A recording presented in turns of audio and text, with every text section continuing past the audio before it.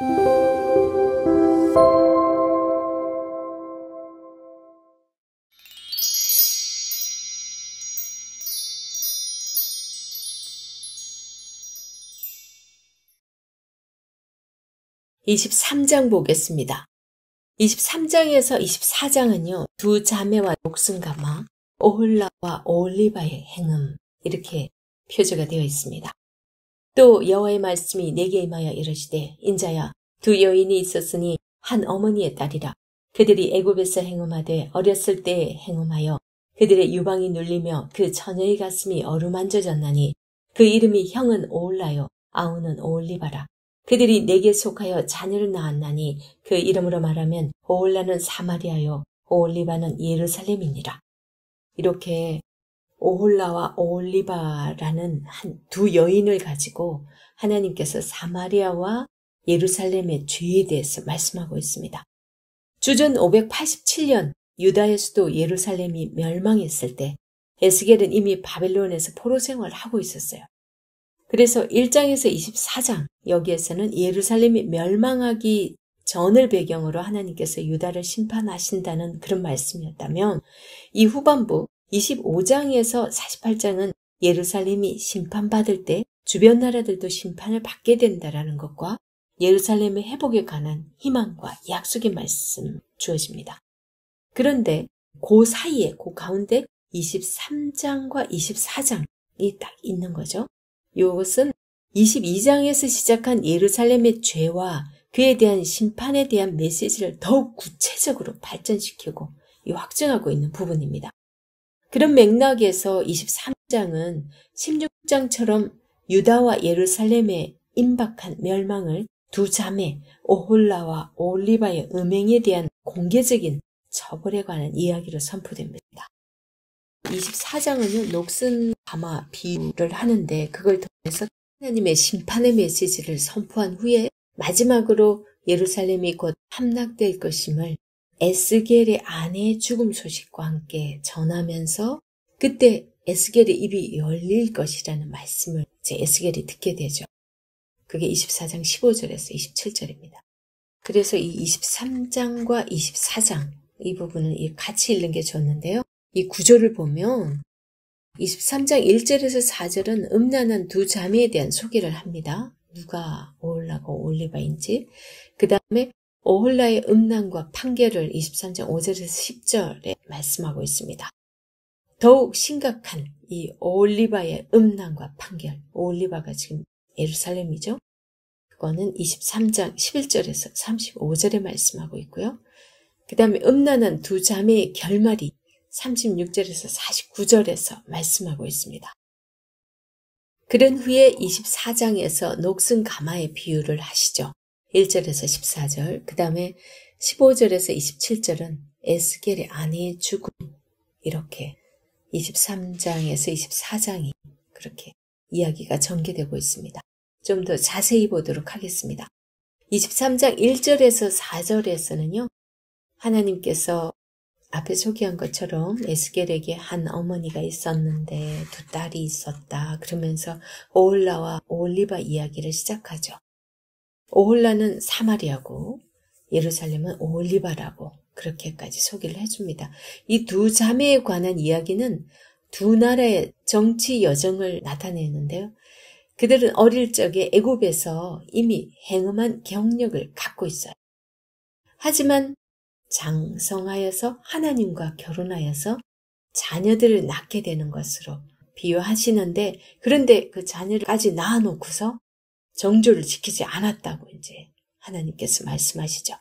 언니인 오홀라는 아수르의 준수한 청년과 행음했다라고 그렇게 표현을 하고, 그래서 하나님께서 그녀를 연애하는 자의 손에 넘겨서 대중 앞에서 발가벗긴 채 수치를 당하게 하고 자녀들을 빼앗기고 칼로 죽임을 당하게 한다고 말씀을 합니다. 그게 이제 23장 5절에서 10절에 나오죠.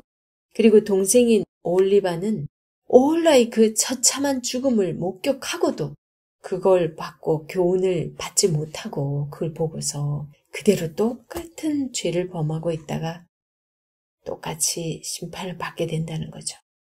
그녀는 언니보다 더욱 음란하여서 지금 유다는 자기네들은 오히려 선민이고 자기들은 그 선민 사상, 시온 불가침 사상이 있어서 예루살렘이 여기인데 절대 멸망할 수가 없어. 북이스라엘은 멸망해도 북이스라엘 그들은 절기도 제대로 안 지키고 그 사람은 제사장도 레위인 세우지도 않고 그 우상 숭배를 우리보다 많이 했으니까. 그러니까 땅이 심판당하지 이렇게 생각하고 자기들은 괜찮을 거라고 생각을 했는데 하나님께서 지금 뭐라 그러세요? 더 심하대잖아요. 언니보다. 사마리아보다도 오히려 예루살렘이 심하다고 말합니다. 그래서 처벌을 받을 수밖에 없다라고 말씀하세요. 하나님께서 이렇게 음란한 두 여인의 죄상을 나열한 후에 그에 합당한 판결을 내리시기 위해서 한 무리의 군대를 불러와서 그들을 약탈하고 그들의 자녀들을 불에 태워 죽이게 하십니다. 그래서 두 자매의 죽음은 사마리아, 북이스라엘과 남유다 멸망당한 걸 두 자매의 죽음으로 비유하죠. 다른 모든 여인들이 음행을 본받지 말라는 엄중한 경고가 됩니다. 그것이 이 비유는 내가 주 여호와인 줄을 알리라 이런 말씀으로 끝이 납니다. 그래서 하나님께서 이런 이야기를 하시는 이유는 이스라엘 백성들이 그들의 하나님의 권능과 주권을 인정하게 만드는 데 있습니다. 그리고 24장은 하나님의 말씀이 선포된 시기에 관한 역사적 정보를 시작합니다. 제가 지금 23장에서 24장 이게 큰 줄거리 한번 같이 보고 세세하게 보게 될 거예요. 그래서 24장도 줄거리 말씀드리고 있습니다. 그래서 24장은 하나님의 말씀이 선포된 시기에 관한 역사적 정보를 시작합니다. 1절에서 2절이 그리고 당시는 바빌론 왕이 예루살렘을 포위해서 공격을 개시하던 때입니다. 그리고 3절에서 5절에서 보면 하나님께서 에스겔에게 고기와 뼈를 삶는 가마의 비유를 백성에게 전하라고 말씀하세요. 이 비유는 녹을 제거하는 것으로 발전하는데 여기서 녹이란 피를 흘린 예루살렘의 폭력과 정결치 못한 행동들을 상징해주고 있습니다. 그 중에 한 가지가 바로 음란입니다. 그리고 24장 6절에서 14절에서는요. 하나님께서 그 녹을 제거하기 위해서 불을 보내셔서 반드시 깨끗하게 하실 거라고 말씀합니다. 그리고 24절 15절에서 27 마지막 단락에서는 에스겔의 아내가 죽어요. 그 소식을 에스겔이 듣게 되고 그런 후에 에스겔의 아내가 죽고 나서 에스겔의 입이 열리는 그 표징을 말씀하고 있습니다. 그리고 에스겔서의 그 전반부를 종결짓는 이 단락은 예루살렘의 함락을 예고하고 있습니다. 이제 23장 좀 자세히 보도록 하겠습니다. 여호와께서 인자에게 임하셔서 이 인자는 에스겔이죠. 이야기를 들려주는 형식으로 말씀을 합니다. 여기서 인자는 에스겔 자신을 말하고 있는데요. 굳이 왜 인자라는 이 표현을 쓰냐면 성전에서 이 거룩한 직무의 존귀함을 상징을 하고 있으면서도 곧 파괴될 성전처럼 짧은 인생을 살고 죽음을 맞이해야 하는 이 인간의 운명을 여기 인자라는 그 말의 의미를 담아서 이렇게 표현하고 있습니다. 에스겔은 자신을 예루살렘 성전과 동일시하는 경향이 있는데 여기서 인자는 하나님의 심판에 의해서 파괴될 성전에서 감당하는 제사장 직무의 그 취약성을 대변해 주기도 합니다. 예루살렘의 음행 대상은 누구일까요? 애굽이고 아수르이고 갈대아는 바빌론이죠. 그리고 그곳에 내려졌던 심판과 비슷한 심판이 선언되고 있습니다. 23장은 16장의 주제를 보다 확대해서 전개하고 있죠. 16장에서 가증한 예루살렘에 대해서 말씀하는데 방자한 음녀 예루살렘을 벌하시다. 그 어머니의 그 딸 소돔과 사마리아도 회복될 거다. 영원한 언약. 이런 예루살렘의 죄를 막 지적하면서 결국은 또 앞으로 회복될 걸 말씀하고 있는 부분이었어요. 그것을 좀 더 확대해서 전개하고 있다는 거죠. 여기서 행음이란 여호와 하나님의 계명과 율법의 참뜻을 저버리고 오히려 통치 집단이 자행하는 외세에 의존하는 이 더 힘있다고 생각하는 다른 강대국을 의존하는 그 정치를 가리키고 있습니다. 통일왕국 시절에 솔로몬은 바로의 딸과 정략적 결혼을 했어요. 그죠? 그러니까 지금 에스겔서의 이 메시지들은 그때 390년이라는 표현을 썼잖아요. 그렇다면 통일왕국 솔로몬 때부터 해서 계속 그때도 솔로몬이 뭐 다 인정받은 게 아니라 그 바로의 그 공주들 데려오고 이웃나라 그 공주들 아내로 맞이하면서 막 온갖 신을 갖고 오잖아요. 그래서 만국 우상 박람회장을 방불케 할 만큼 온갖 우상들을 다 갖고 와서 산당을 다 허락해서 그걸 섬기도록 허락합니다. 그래서 하나님께서 이제 네 나라를 내가 다윗한테 약속한 게 있어서 너 때는 아니지만 너 나라를 너 아들 때에서 나누게 할 거라는 것을 아이야 선지자를 통해 가지고 예언하게 하시죠. 그리고 북왕국의 여로보암도 애굽에 보이지 않는 후원을 받아서 이 왕국 분열의 역사를 주도하고 있거든요. 그게 왕상 11장 40절에 그리고 12장 2절에도 나옵니다. 주도하고 있고 북왕국의 왕으로 즉위했잖아요. 이 여로보암. 애굽에 피신했다 온 거 아시죠? 솔로몬 당시에 그 건축 그러니까 건설부 장관 같은 그런 사람이었는데 북왕국을 만들었죠.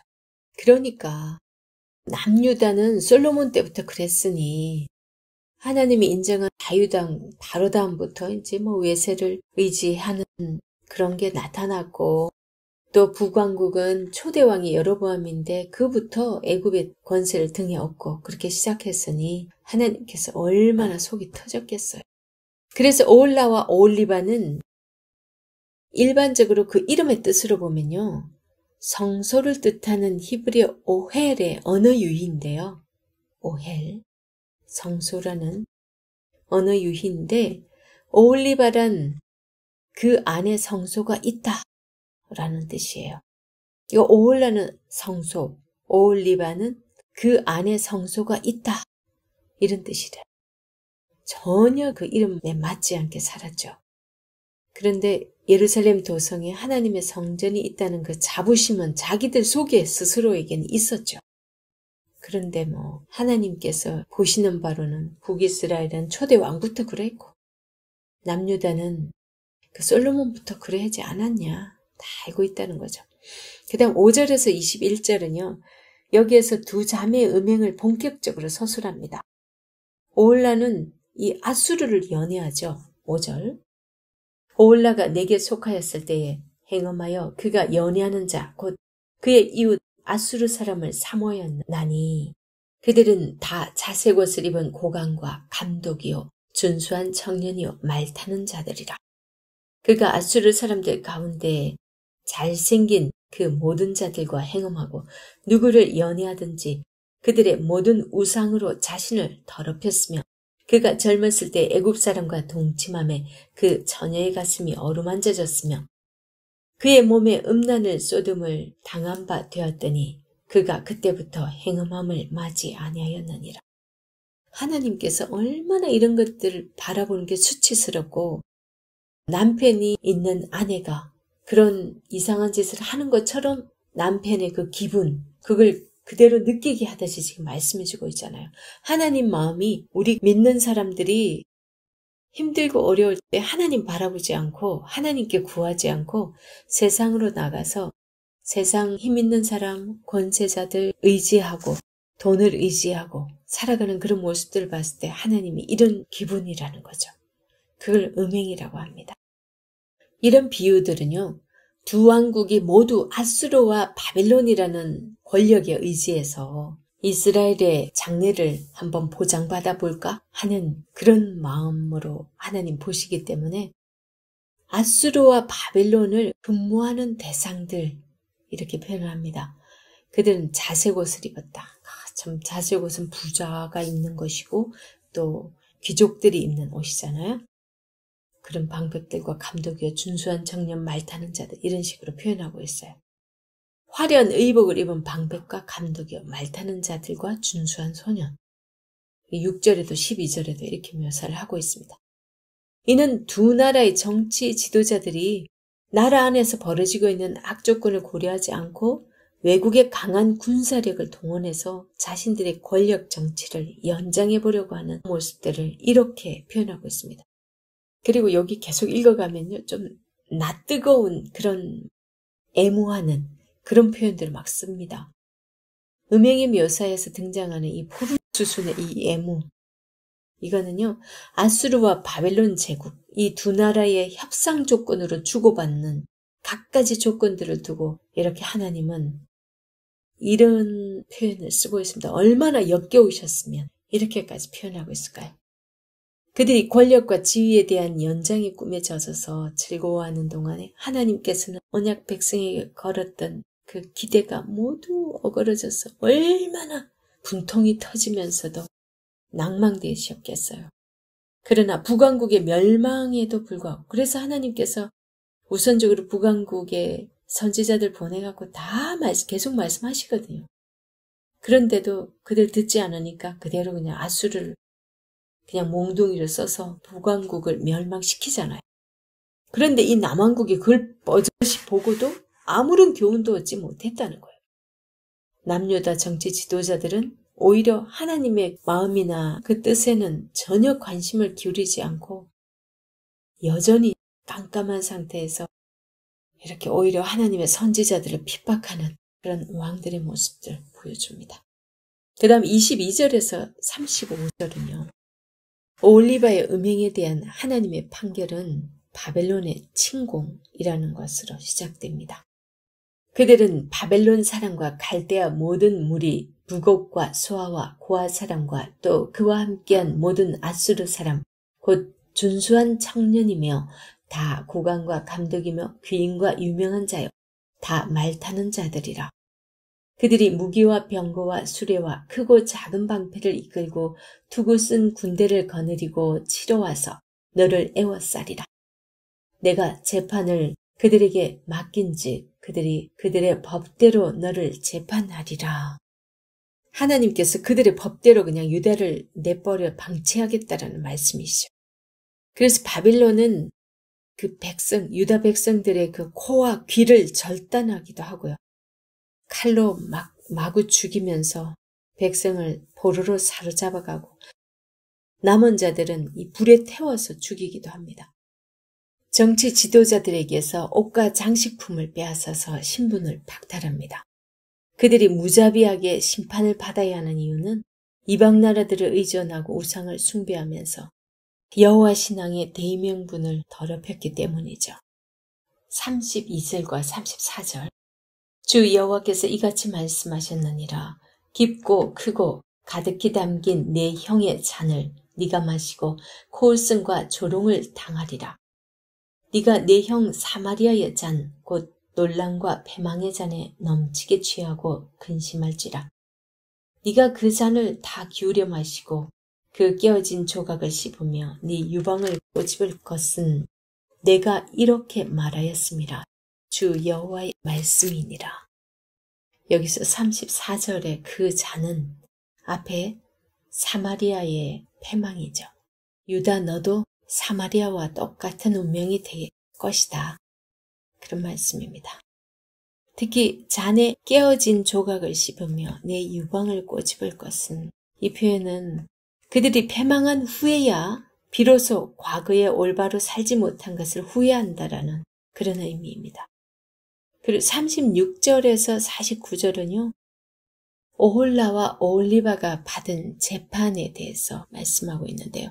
이 단락이 지금까지 두 왕국의 역사를 각각 다룬 것과 달리 이 이스라엘 민족의 역사 전체를 한꺼번에 해설해 줍니다. 여기서 행음의 구체적 근거가 제시되고 있어요. 우상을 위해서 자식들을 화재로 불태우고 몰렉 신에게 바친 거 말하죠. 그 다음에 성소를 더럽히며 안식일을 범합니다. 먼 나라에 사절을 보내서 초대하고 함께 종교 예식을 교환하는 외교까지도 합니다. 그걸 통해서 하나님의 뜻을 배반하게 된다는 말씀이 37절에서 42절의 말씀입니다. 자식을 화재로 태운다는 표현은 유다의 아하스 왕 때 특별히 행해졌는데요. 열왕기 하 16장에 잘 소개하고 있습니다. 그리고 요시야 왕의 종교 개혁 기사에서 볼 수 있듯이 그동안 유다 지도자들은 외교 관계가 수립될 때마다 예루살렘 성전 안에 다른 나라의 그 종교 상징물들을 비치했대요. 그래서 요시야가 제가 목록들을 보면 바알과 아세라와 하늘의 일월 성신을 위하여 만든 모든 기명, 이런 표현을 쓰고 있거든요. 그래서 안식일을 또 더럽혔다. 이런 표현은 노동에 있어서도 해방과 안식, 그리고 정신과 육체의 쉼을 위해서 하나님께서 이 제정을 해놓은 이 안식일, 이들이 이스라엘 백성들이 애굽에 있으면서 정말 노예로서 쉴 줄 모르는 사람이었어요. 안식이 없는 사람들이었어요. 그러니까 누릴 수도 없었고, 그런 사람들에게 안식일을, 이 노동의 쉼도 하나님이 허락을 하시는 거고, 그러면서 그날은 하나님과 교제하기를 원하셨어요. 그래서 이 안식일의 기본 정신은 정말 이 노동에서도 해방되는 그런 하나님의 사랑이 거기에 깔려 있거든요. 노예는 뭐 쉴 권한이 없잖아요. 안식일 따로 뭐 쉴 수가 없어요. 이런 안식일임에도 불구하고 백성들에게 은연중에 노동을 강요하거나 그날에 온갖 일을 시켰다는 거죠. 그래서 경제적 형태들을 통틀어서 이렇게 말씀을 해주고 있습니다. 간통한 여인들이 받게 되는 대가가 있는데요. 그건 무리를 불러서 그들이 이 간통한 여자들에게 공포와 약탈을 당하게 하고 돌로 치고 칼로 죽이고 자녀를 죽이고 집을 불사르게 하는 일입니다. 이게 바로 이제 이스라엘이 당한 모습인 거예요, 지금. 그래서 이들이 이스라엘, 그러니까 아수르와 행음하고 그다음 바빌론, 애굽 이들에게 그래서 일부러 행음했기 때문에 그들을 통해 예루살렘을 짓밟게 합니다. 그래서 아수르, 바벨론, 애굽, 예루살렘에 의지했던 나라들, 그 강대국을 통해서 예루살렘을 잡으라는데 47절 무리가 그들을 돌로 치며 칼로 죽이고 그 자녀도 죽이며 그 집들을 불사르리라. 이같이 내가 이 땅에서 음란을 그치게 한즉 모든 여인이 정신이 깨어 너희 음행을 본받지 아니하리라. 그들이 너희 음란으로 너희에게 보응한즉 너희가 모든 우상을 위하던 죄를 담당하리라. 내가 주 여호와인 줄을 너희가 알리라 하시니라. 이렇게 말씀합니다. 이제 24장 보겠습니다. 24장 표제는 녹슨 가마 예루살렘 이렇게 되어 있습니다. 아홉째 해 열째 달 열째 날에 여호와의 말씀이 내게 임하여 이르시되 인자야 너는 날짜 곧 오늘의 이름을 기록하라. 바벨론 왕이 오늘 예루살렘에 가까이 왔느니라. 너희는 이 반역하는 족속에게 비유를 베풀어 이르기를 주 여호와께서 이같이 말씀하시기를 가마 하나를 걸라. 건 후에 물을 붓고 양떼에서 한 마리를 골라 각을 뜨고 그 넓적다리와 어깨 고기의 모든 좋은 덩이를 그 가운데 모아 넣으며 고른 뼈를 가득히 담고 그 뼈를 위하여 가마 밑에 나무를 쌓아 넣고 잘 삶되 가마 속에 뼈가 무르도록 삶을지니라. 1절에서 5절은 고기와 뼈를 삶는 가마 이야기를 하고 있습니다. 1절에서 오랫동안 예고한 대로 바벨론 왕이 예루살렘을 포위하고 공격을 개시한 날로 서론을 시작하는데요. 주전 588년 1월입니다. 에스겔은 이 사건을 끓는 가마에 비유를 하고 있습니다. 이 3절에 보면요. 너는 이 반역하는 족속에게 비유를 베풀어 이르기를 주 여호와께서 이같이 말씀하시기를 가마 하나를 걸라. 이렇게 말씀합니다. 반역하는 족속에게 비유를 전하라고 하시죠. 지금 청중은 포로민들인데 지금 에스겔이 바벨론 포로지에 지금 가 있으니까 말이죠. 근데 이스라엘 전체 백성들에게 다 들으라고 하는 말입니다. 이 부분은 미가 선지자가 에스겔보다 좀 먼저 말씀을 선포했었는데요. 예루살렘의 형편을 묘사한 그 메시지와 비슷한데요. 미가 3장 2절에서 3절을 보면 너희가 선을 미워하고 악을 좋아하여 내 백성의 가죽을 벗기고 그 뼈에서 살을 뜯어 그들의 살을 먹으며 그 가죽을 벗기며 그 뼈를 꺾어 다지기를 냄비와 속 가운데 담을 고기처럼 하는도다. 이렇게 미가가 얘기를 했어요. 당시 예루살렘 사람들을 향해서 선포했던 말씀인데 미가는 백성들을 착취하는 지도자들을 보고서 냄비와 솥 그것에 비유를 했거든요. 근데 지금 포로 생활을 하고 있는 이 에스겔은 조금 달라진 사정을 표현하고 있을 뿐 같은 표현을 하고 있습니다. 일단 하나님의 심판이 시작되면 거기서 빠져나올 사람은 아무도 없다라는 표현을 지금 이렇게 가마솥에 들어있는 고기 이런 걸로 지금 비유를 하고 있는데요. 그리고 6절에서 14절은 녹을 제거하시는 하나님입니다.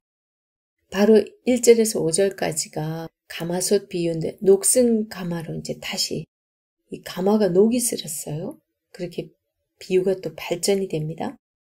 예루살렘을 상징하는 녹슨 가마는 피를 흘린 성읍이라고 고발당합니다. 9절에서 보면 그렇게 녹슨 가마, 곧 그 속에 녹을 없이 하지 아니한 가마 이렇게 6절에서 말씀을 했어요. 그런데 화 있을진저 제비 뽑을 것도 없이 그 덩이를 일일이 꺼낼지어다. 지금 가마솥에 고기를 넣었잖아요. 그 이것저것 가릴 거 없이 다 덩이를 꺼내라고 합니다. 그 누구나 마찬가지라는 거죠. 예루살렘 거민들 모두가 다. 지도자뿐만이 아니라 백성들까지. 지금 요리사는 하나님이십니다. 그래서 바빌론 군대가 닥치는 대로 주민들을 살상하는 장면을 이렇게 언급을 하고 있습니다. 가마솥에 고기로 이렇게 다 집어넣어서 끓이고 있다가 아무거나 이렇게 꺼집어내는 그걸 바빌론 군대가 지금 이 백성들을 막 귀도 자르고 칼로 쳐서 죽이고 하는 이런 살상하는 장면들을 이렇게 가마솥에 비유하고 있습니다. 피흘림에 대한 심판은 피흘림으로 처벌을 받게 되는데요. 7절에서 8절 봅니다. 그 피가 그 가운데 있으며 피를 땅에 쏟아 티끌이 덮이게 하지 않고 맨바닥 위에 두었도다. 내가 그 피를 맨 바위 위에 두고 덮이지 아니하게 함은 분노를 나타내어 보응하려 함이로다. 피 흘린 성읍은 또 그 피 흘림으로 그 처벌을 받게 됩니다. 피 흘린 도성 예루살렘의 이미지, 이것도 미가서에서와 비슷한 이미지를 사용하고 있는데요. 미가 3장 10절에 보면 시온을 피로 예루살렘을 죄악으로 건축하는도다. 이런 표현을 미가가 썼거든요. 지금 그대로 쓰고 있습니다. 이 피는 예루살렘 도성 안에서 지도자들이 힘없는 백성들을 착취하고 불법을 행하는 것을 피 흘린 도성 이런 표현을 씁니다.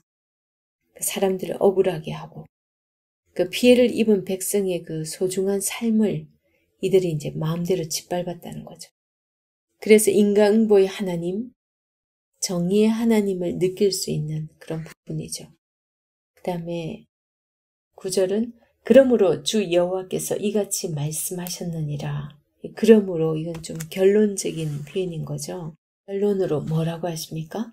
화 있을진저 피를 흘린 성읍이여 내가 또 나무 무더기를 크게 하리라. 나무를 많이 쌓고 불을 피워 그 고기를 삶아 녹이고 국물을 졸이고 그 뼈를 태우고 가마가 빈 후에는 숯불 위에 놓아 뜨겁게 하며 그 가마에 놋을 달궈서 그 속에 더러운 것을 녹게 하며 녹이 소멸되게 하라. 이 성읍이 수고함으로 스스로 피곤하나 많은 녹이 그 속에서 벗겨지지 아니하며 불에서도 없어지지 아니하는도다. 너의 더러운 것들 중에 음란이 그 하나이니라. 내가 너를 깨끗하게 하나 네가 깨끗하여지지 아니하니 내가 네게 향한 분노를 풀기 전에는 네 더러움이 다시 깨끗하여지지 아니하리라. 나 여호와가 말하였은즉 그 일이 이루어질지라. 내가 돌이키지도 아니하고 아끼지도 아니하며 뉘우치지도 아니하고 행하리니 그들이 네 모든 행위대로 너를 재판하리라. 주 여호와의 말씀이니라. 이 부분은 예루살렘의 정화에 관한 은유입니다. 흥미로운 것은 이 가마에 붙은 녹을 제거하려고 여러 차례 수고를 마다하지 않는 하나님의 모습입니다. 우선 나무를 가마 밑에 많이 쌓아둡니다. 이것은 화력을 세게 하기 위한 하나님의 노력이시죠. 뜨겁게 달아오르면 고기를 녹이고 국물을 졸이고 뼈를 태운 후에 가마를 비웁니다. 그 다음에 가마의 녹을 없앱니다. 그래도 여전히 남아있는 녹이 있어요. 하나님이 말씀하신 그 녹에는 음란도 포함이 됩니다. 하나님께서 열심히 녹을 제거하지만 여전히 깨끗지 않은 가마를 보시고 하나님의 분노는 더 심해집니다. 결국 가마가 깨끗해져야만 하나님의 분노는 잠잠하게 된다고 지금 하나님 말씀하고 계세요. 첫 번째 비유의 주제는 예루살렘을 포위 공격하는 바벨론이지만 이 두 개의 결론적 심판 메시지에서는 여호와 하나님께서 주어가 되시기 때문에 예루살렘의 정화를 위해서 끝까지 하나님께서 그 열심히 지금 심판을 하시는 모습을 그려주고 있습니다. 이런 부분은 바벨론 공격을 더러워진 도성에 대한 하나님의 정결 작업, 그런 것으로 이해할 수 있게 합니다. 그러니까 지금 이스라엘 백성들이 지금 바벨론의 포로로 와 있잖아요. 그러면은 지금 바벨론 포로로 와 있는 이 자체가 지금 하나님께서 이 이스라엘 백성들의 죄악을 지금 정결케 하는 그 작업으로서 지금 하고 있다는 거죠. 지금 왜 너희들이 이렇게 포로로 잡혀와 있는 줄 아니? 그 죄악을 내가 지금 없애기 위해서 너희들 가마솥에 지금 끓이고 있는 거야. 이렇게 말씀을 하고 계신 거죠. 그리고 24장 15절에서 27절은요. 에스겔의 아내의 죽음과 이제 에스겔의 말문이 열리는 부분이 나옵니다. 24장 15절에서 27절. 여호와의 말씀이 또 내게 임하여 이르시되 인자야 네가 네 눈에 기뻐하는 것을 한번 쳐서 빼앗으리니 너는 슬퍼하거나 울거나 눈물을 흘리지 말라. 죽은 자들을 위하여 슬퍼하지 말고 조용히 탄식하며 수건으로 머리를 동이고 발에 신을 신고 입술을 가리지 말고 사람이 초상집에서 먹는 음식물을 먹지 말라 하신지라. 내가 아침에 백성에게 말하였더니 저녁에 내 아내가 죽었으므로 아침에 내가 받은 명령대로 행하매 백성이 내게 이르되 네가 행하는 이 일이 우리와 무슨 상관이 있는지 너는 우리에게 말하지 아니하겠느냐 하므로 내가 그들에게 대답하기를 여호와의 말씀이 내게 임하여 이르시되 너는 이스라엘 족속에게 이르기를 주 여호와의 말씀에 내 성소는 너희 세력의 영광이요 너희 눈의 기쁨이요 너희 마음에 아낌이 되거니와 내가 더럽힐 것이며 너희의 버려둔 자녀를 칼에 엎드러지게 할지라. 너희가 에스겔이 행한 바와 같이 행하여 입술을 가리지 아니하며 사람의 음식물을 먹지 아니하며 수건으로 머리를 동인 채 발에 신을 신은 채로 두고 슬퍼하지도 아니하며 울지도 아니하되 죄악 중에 패망하여 피차 바라보고 탄식하리라. 이같이 에스겔이 너희에게 표징이 되리니 그가 행한 대로 너희가 다 행할지라. 이 일이 이루어지면 내가 주 여호와인 줄을 너희가 알리라 하라 하셨느니라. 정말 이 부분 보면 하나님의 마음이 어떠한지 가슴 깊이 이렇게 밀려오네요. 지금 에스겔이 사랑하는 아내가 죽었어요. 그런데도 지금 에스겔에게 울지도 못하게 하고 일반적으로 사람들이 초상집에서 하는 그런 행동 아무것도 하지도 말라고 그래요. 그런 초상집에서 먹는 음식도 먹지 말라고 그래요. 이거는 하나님께서 지금 사랑하는 아내가 지금 죽었잖아요. 지금 바벨론의 포로로 끌려갔어요. 하나님한테 죽었어요. 그래도 하나님이 지금 울지도 못하는 그런 심정이라는 거죠. 지금까지 에스겔은 그 앞에서 지금 입천장이 붙었었잖아요. 그래서 말을 못하고 있었거든요. 그런데 이 백성들이 에스겔에게 묻죠. 그 행동이 뭘 뜻하냐고. 그랬을 때 이제 에스겔의 말문이 열립니다. 유술이 열리면서 19절에서 백성들이 에스겔에게 도대체 그게 무슨 뜻이냐고 물었을 때 20절에서 하나님께서 이제 말씀을 에스겔에게 주십니다. 그러면서 너는 이스라엘 족속에게 이렇게 말해라. 그러면서 21절에서 24절에 말씀을 주죠. 그 의미를 알게 합니다. 그리고 이제 25절에서 27절 인자야 내가 그 힘과 그 즐거워하는 영광과 그 눈이 기뻐하는 것과 그 마음이 간절하게 생각하는 자녀를 데려가는 날 곧 그날에 도피한 자가 네게 나와서 내 귀에 그 일을 들려주지 아니하겠느냐. 그날에 네 입이 열려서 도피한 자에게 말하고 다시는 잠잠하지 아니하리라. 이같이 너는 그들에게 표징이 되고 그들은 내가 여호와인 줄 알리라. 이렇게 말씀합니다. 이 메시지는 아침에 백성에게 전달되는데 저녁이 되어 아내가 죽어요. 그래서 에스겔은 말씀대로 행동에 옮깁니다. 앞에 제가 읽어드렸던 거는 하나님께서 에스겔을 명령했던 부분이고 그래서 그대로 행동에 옮기죠. 18절. 그 다음에 백성이 이제 에스겔의 행동이 뭘 뜻하는지 19절에 묻죠. 그러니까 에스겔은 실제 경험을 근거로 해서 하나님께서 의도하시는 바를 상징적으로 이제 표현을 합니다. 25절. 이에 대한 답변은 다음과 같습니다. 예루살렘 성소가 너희 세력의 영광이요 너희 눈의 기쁨이요 너희 마음의 아낌이 되거니와 21절에 그렇게 말씀합니다. 하지만 하나님께서 멸망시키겠다는 거예요. 그렇지만 이어지는 구절 22절에서 24절은 바빌론의 포로들이 예루살렘의 멸망 소식을 듣고 마치 아내가 죽은 에스겔이 탄식하지만 슬퍼하지 않는 것처럼 서로 쳐다보면서 탄식만 하고 애통하지 않는 상황을 예고합니다. 이런 모습은 그동안 멸망을 여러 차례 예고했지만 삶의 자세를 바꾸지 않았음을 시인하고 동시에 이제 고집스럽게 살아왔던 그 과거를 유감스럽게 보는 것을 뜻합니다. 여기서 에스겔의 아내는 하나님의 아내로 비유되는 이스라엘이라는 거 아시죠? 특히 예루살렘을 상징합니다. 그의 아내의 죽음은 예루살렘의 멸망에 대한 예고이죠. 에스겔의 가정생활마저 말씀을 전하는 수단으로 사용되고 있습니다. 에스겔 개인의 삶에서 보면 참으로 비극적인 경험조차 해야 되는 거죠.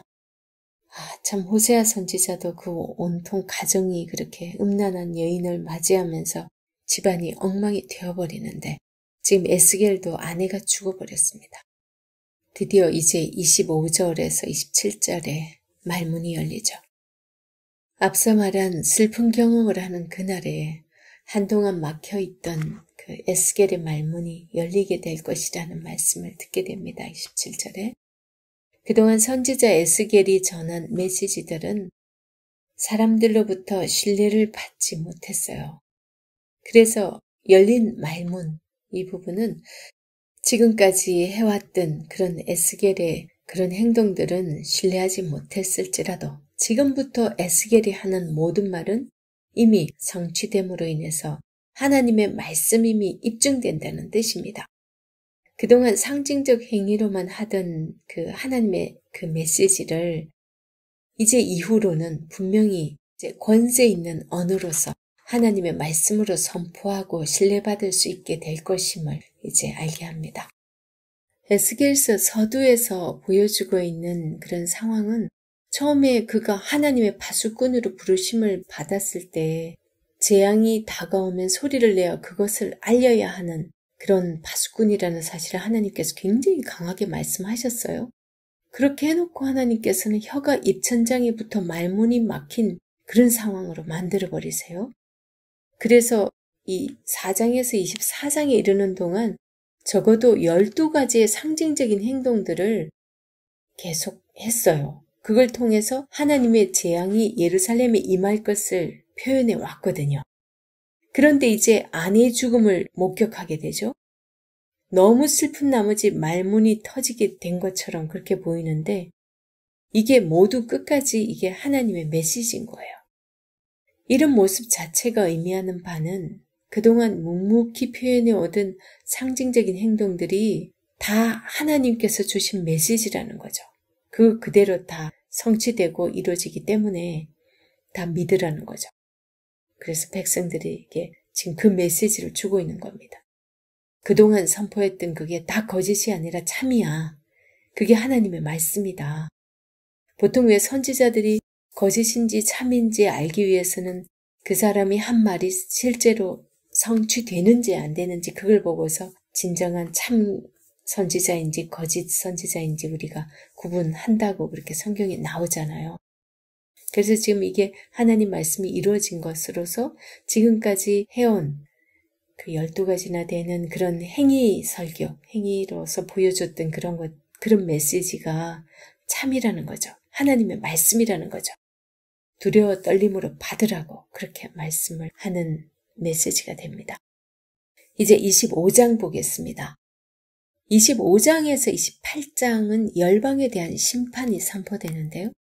25장이 이웃 네 나라를 향한 심판이 선포됩니다. 암몬을 향한 심판, 모압을 향한 심판, 에돔을 향한 심판, 블레셋을 향한 심판, 그리고 26장부터 28장 19절까지 두로에 관한 심판인데요.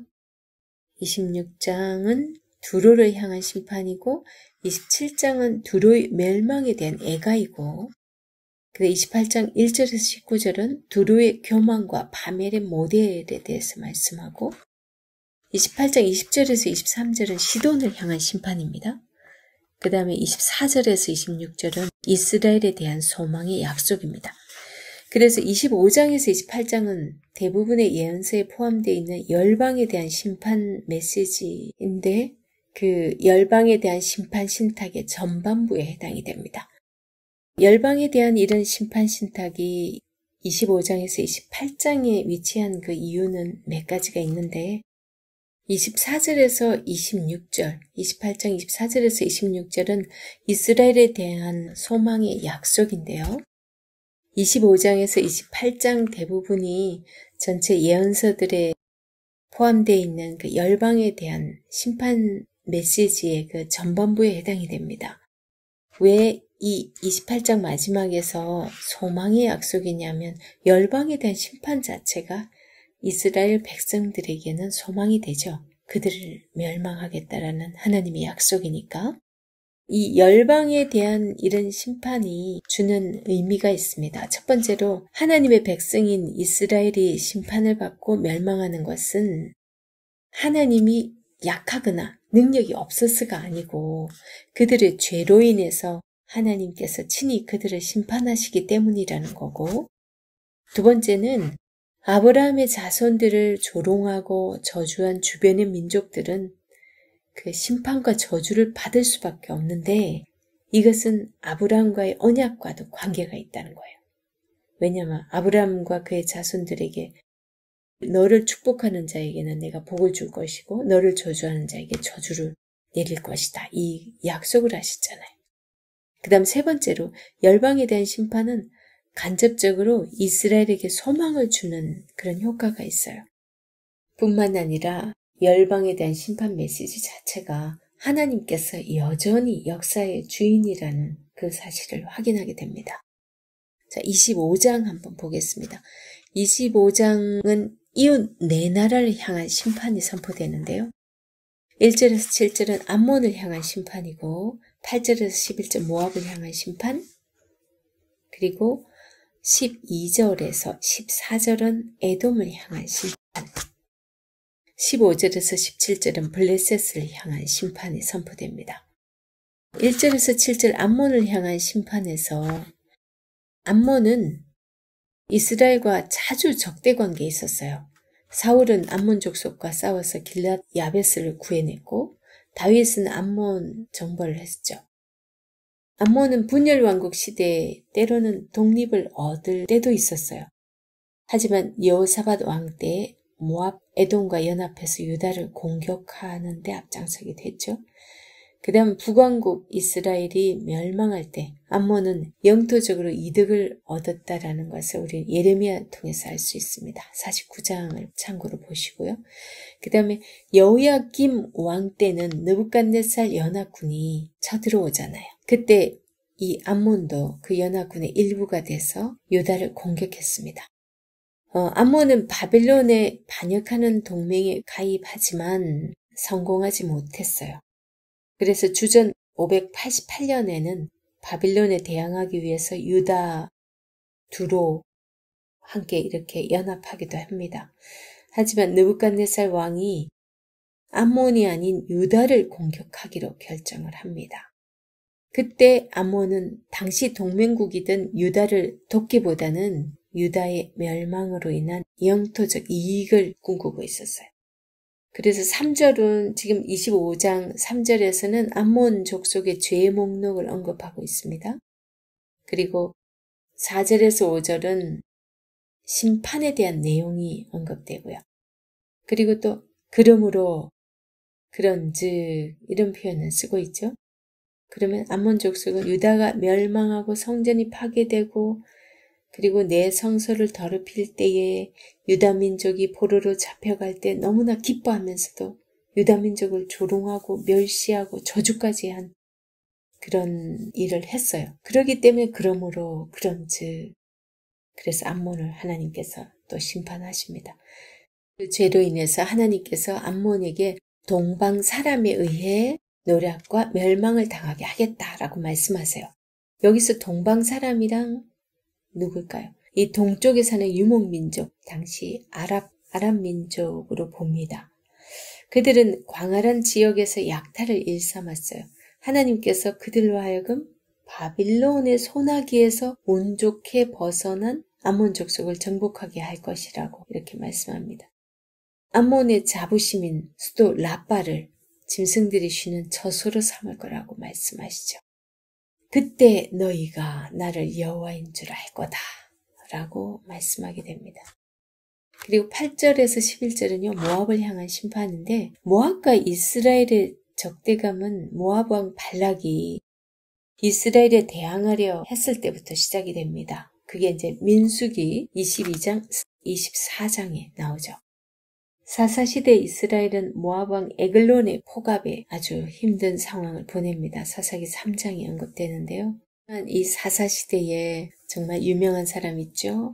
나오미와 에비멜렉이 기근이 되어서 모압으로 피난을 가게 되잖아요. 그래서 모압 여인 룻을 며느리로 맡게 되죠. 그때만 해도 그렇게 관계가 나쁘지 않았어요. 그런데 사울 시대에 와서 다시 악화됩니다. 모압은 그리고 다윗에 의해서 정벌되죠. 하지만 그 후에 여호사밧 왕 때 반역하면서 암몬과 에돔과 연합해서 유다를 침공하기도 합니다. 아마 모압은 주전 593년에 다른 나라들과 연합해서 바빌론에 반역한 것으로 그렇게 보여집니다. 예레미야서 27장을 보면 그런 것 같은데 증거는 확실치 않고요. 그 다음 8절에 이 모압의 죄는 주 여호와께서 이같이 말씀하셨느니라. 모압과 세일이 이르기를 유다 족속은 모든 이방과 다름이 없다 하도다. 이 말은요. 하나님의 백성인 이스라엘을 경멸한 거예요. 즉 이스라엘이 능력의 하나님과 맺은 특별한 관계를 부인하는 거죠. 하나님께서 이스라엘과 언약을 맺으셨는데 특히 유다가 바빌론에 의해 멸망할 때에 모압은 유다에게 하나님의 선민이라는 교만 때문에 벌을 받았다고 조롱하듯 합니다. 그리고 세일은 에돔 땅의 다른 이름입니다. 10절 암몬 족속과 더불어 동방 사람에게 넘겨주어 기업을 삼게 할 것이라. 암몬 족속이 다시는 이방 가운데서 기업되지 아니하게 하려니와 내가 모압에 벌을 내리리니 내가 주 여호와인 줄을 너희가 알리라. 결국은 모압은 형벌을 받고서야 이스라엘의 하나님 여호와를 인정하게 된다라는 거죠. 그 다음 12절에서 14절은요. 에돔을 향한 심판입니다. 에돔은 이스라엘이 출애굽 후에 가나안 땅으로 들어가려고 할 때 자신의 영토를 지나지 못하게 했죠. 민수기 10장에 나옵니다. 사울은 에돔과 싸웠고 다윗은 에돔을 복속시켰어요. 사울이 에돔과 싸운 얘기는 사무엘상 14장에 나오고요. 다윗이 에돔을 복속시킨 얘기는 사무엘하 8장에 나옵니다. 그러나 에돔은 솔로몬 통치 후기에 대적을 하죠. 그래서 봉신국가로 남았지만 여호람 시대에 독립을 되찾았어요. 그 후 에돔과 이스라엘은 서로 영토를 뺏고 빼앗기는 일을 반복하게 됩니다. 그리고 12절에는 예루살렘이 바빌론에 의해서 멸망당할 때 에돔은 유다의 멸망을 돕고 이득을 취했어요. 에스겔서 35장 5절을 보면요. 네가 옛날부터 한을 품고 이스라엘 족속의 환난 때 죄악의 끝때에 칼의 권능에 그들을 붙였도다. 그럽니다. 에돔은 유다가 환난을 당할 때 도와주기는커녕 오히려 바빌론 정복 군대의 편에 서 있었다라는 거죠. 그게 오바댜서에서 나옵니다. 그리고 유다를 조롱하죠. 그것도 오바댜서에 나옵니다. 재물을 약탈하죠. 그리고 어려움에 처한 이스라엘을 오히려 대적에게 붙여줍니다. 그게 오바댜서 1장에 기록하고 있습니다. 다시 말해서 그들은 유다의 멸망을 복수의 기회로 삼았던 거죠. 이 12절의 말에서도 알 수가 있습니다. 주 여호와께서 이같이 말씀하셨느니라. 에돔이 유다 족속을 쳐서 원수를 갚았고 원수를 갚음으로 심히 범죄하였도다. 하나님께서 에돔을 멸망하게 하는 이유를 유다에게 오히려 원수를 갚았다라는 그런 표현을 씁니다. 그리고 13절에서 14절은요. 그러므로 에돔은 황폐하게 될 것이며 이스라엘의 손으로 대갚음을 당할 것이다. 이런 표현을 씁니다. 여기서 개역개정에는 이스라엘의 손으로 14절에 이렇게 번역이 되어 있는데요. 개역 한글에서는 이스라엘의 손을 빙자하여 이렇게 표현이 나옵니다. 이후 에돔 사람들은 나라 잃은 민족으로서 그 고유성을 잃게 되죠. 그제서야 에돔은 하나님께서 형벌을 내려 원수 갚으신 줄을 알게 될 거라고 14절에서 말씀하고 있습니다. 그리고 15절에서 17절은 블레셋을 향한 심판입니다. 주 여호와께서 이같이 말씀하셨느니라. 블레셋 사람이 옛날부터 미워하여 멸시하는 마음으로 원수를 갚아 진멸하고자 하였도다. 그러므로 주 여호와께서 이같이 말씀하셨느니라. 내가 블레셋 사람 위에 손을 펴서 그렛 사람을 끊으며 해변의 남은 자를 진멸하되 분노의 책벌로 내 원수를 그들에게 크게 갚으리라. 내가 그들에게 원수를 갚은즉 내가 여호와인 줄을 그들이 알리라 하시니라. 앞서 세 민족과는 달리 블레셋은 이스라엘과 아무런 혈연 관계가 없어요. 그런데 그들은 이스라엘이 약속의 땅을 정복할 때부터 아주 이스라엘의 적이었어요. 사사기 3장에도 나옵니다. 블레셋은 항상 이스라엘과 적대 관계를 형성해 왔고 서로 전쟁을 자주 했어요. 다윗이 마침내 블레셋을 복속시켰고 솔로몬의 통치 기간에도 이런 상태가 계속되었습니다. 하지만 다윗 왕국이 분열되고 나서 유다와 블레셋의 전쟁은 다시 시작되었고 서로 침략과 약탈을 일삼았어요. 이런 상태는 바빌론의 느부갓네살 왕이 두 나라를 지배하도록 만드는 계기가 되었어요. 블레셋의 죄는 옛날부터 미워하여 멸시하는 마음으로 원수를 갚아 진멸코자 한 것. 그리고 그에 대한 구체적인 내용은 알려져 있지 않습니다. 그렛 사람과 해변의 남은 자들을 진멸하실 것이라고 하는데요. 그렛 사람은 갑도린으로 알려져 있는데 그레드의 사람입니다. 신명기 2장과 예레미야 7장, 아모스 9장, 창세기 10장에 나옵니다. 창세기 10장 13절에서 14절 보면요. 13절 미스라임은 르딘과 아나밈과 르하빔과 랍두힘과 바들루심과 가슬루힘과 갑도림을 낳았더라. 가슬루힘에게서 블레셋이 나왔더라. 이렇게 나옵니다. 여기 블레셋 나오죠. 그래서 하나님께서 그렛 사람을 끊으실 것이라고 합니다. 그때야 그들이 이스라엘의 하나님 여호와를 인정하게 될 것이라고 합니다. 근데 이 마카비 시대 이후에 블레셋은 한민족으로서 완전히 자취를 감추고 그들의 성읍 이름만 남아있는 상태라고 합니다.